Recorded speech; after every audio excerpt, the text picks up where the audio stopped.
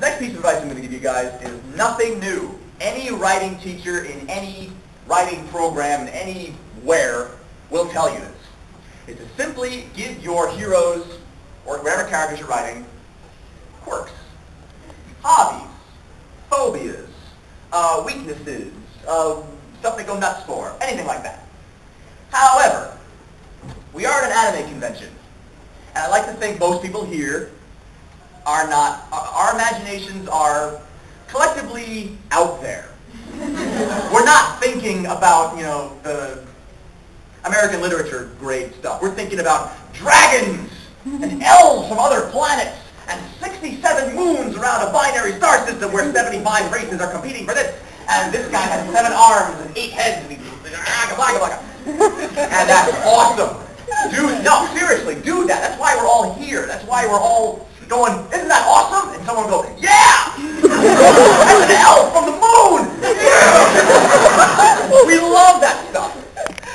And yes, please, flex your imagination as far as possible. Make up those races and those dragons and those other dimensions and anything as inhuman and as fantastic as you can think of. However, I hope at least you're writing for other people. Your audience is human. And this is a very unpleasant truth I'm about to tell you, but I feel it has to be, I have to tell you. The truth is, nobody gives a shit about your character. I'm sorry, nobody gives a shit. What you have to do is make them give a shit. You have to make them give a shit about what you thought of, because you know somebody else is already too busy thinking about what they're going to tell you about their characters while you're talking about that, while you're talking about yours. And how you make them, how you hook them in, no matter how fantastic your imagination is going, is to have those very human quirks. Again, you can write about dragons if you want, but you got to have something human about them to draw somebody in, to make it relatable. Now, I love science fiction and fantasy. I love it. I eat it, I drink it. Do I love the idea of an alien baby rocketed from his dying world, traveling through time and space and landing on our world where his alien biology drinks in the rays of our young yellow sun and turns him into the man of tomorrow who protects us and is invulnerable from everything? Yes, that's great. But his only weakness is a piece of his home, an irradiated piece of his home world which followed his pod through time and space, landed on our world, and it only affects him? That is cool science fiction, but I can't relate to that. I've never looked at a rock and puked. Okay, green rock. I wonder, that's never happened to me. But there are good examples of outlandish characters with that human hook. The best example I can think of, I'll share this with you, is from an old anime called The Pet Shop of Horrors. I know you haven't seen Pet Shop of Horrors. It's about a pet shop that sells mystical creatures. Pretty cool. And the proprietor of the pet shop is this very ethereal, mystical-looking fellow. He's called the Count. He sort of floats around the pet shop kind of like this, talks like this.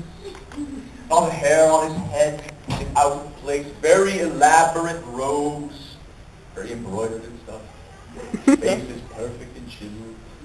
So you want to buy the Tiger of Shangri-La? Well, let me tell you, at midnight on the 3rd day of this, do not do this or else blah blah.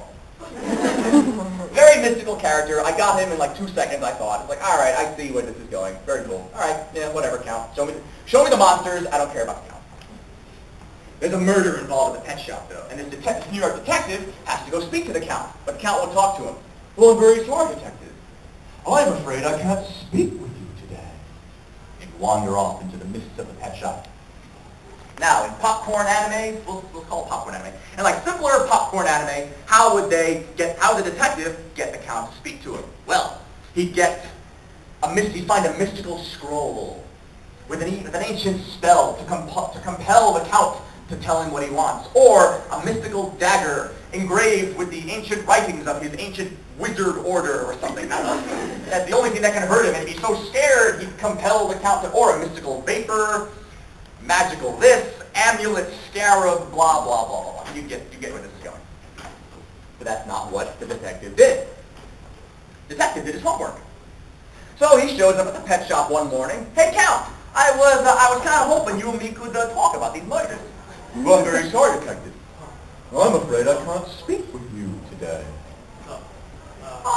that, Count, because I got something for you. And, you know, I'd hate to leave without leaving it for you. And he leans down and he puts something on the table between him and the Count. Now, it's not a jeweled box with mystical vapors seeping out, or a scroll, or a figurine, or a magical this, or whatever. It looks like a Chinese food takeout box. With like a little bow on it. And the Count, looking very mystical, turns and looks at it, and quite literally goes, oh! His fingers do all this. He goes, and he lunges for this thing. This ethereal looking fellow. It's like bent over the table. Saying something like, this is the first batch of chocolates from Burdick's down the road. You have to get up at 6 o'clock in the morning just to get in line for a shot at one of these.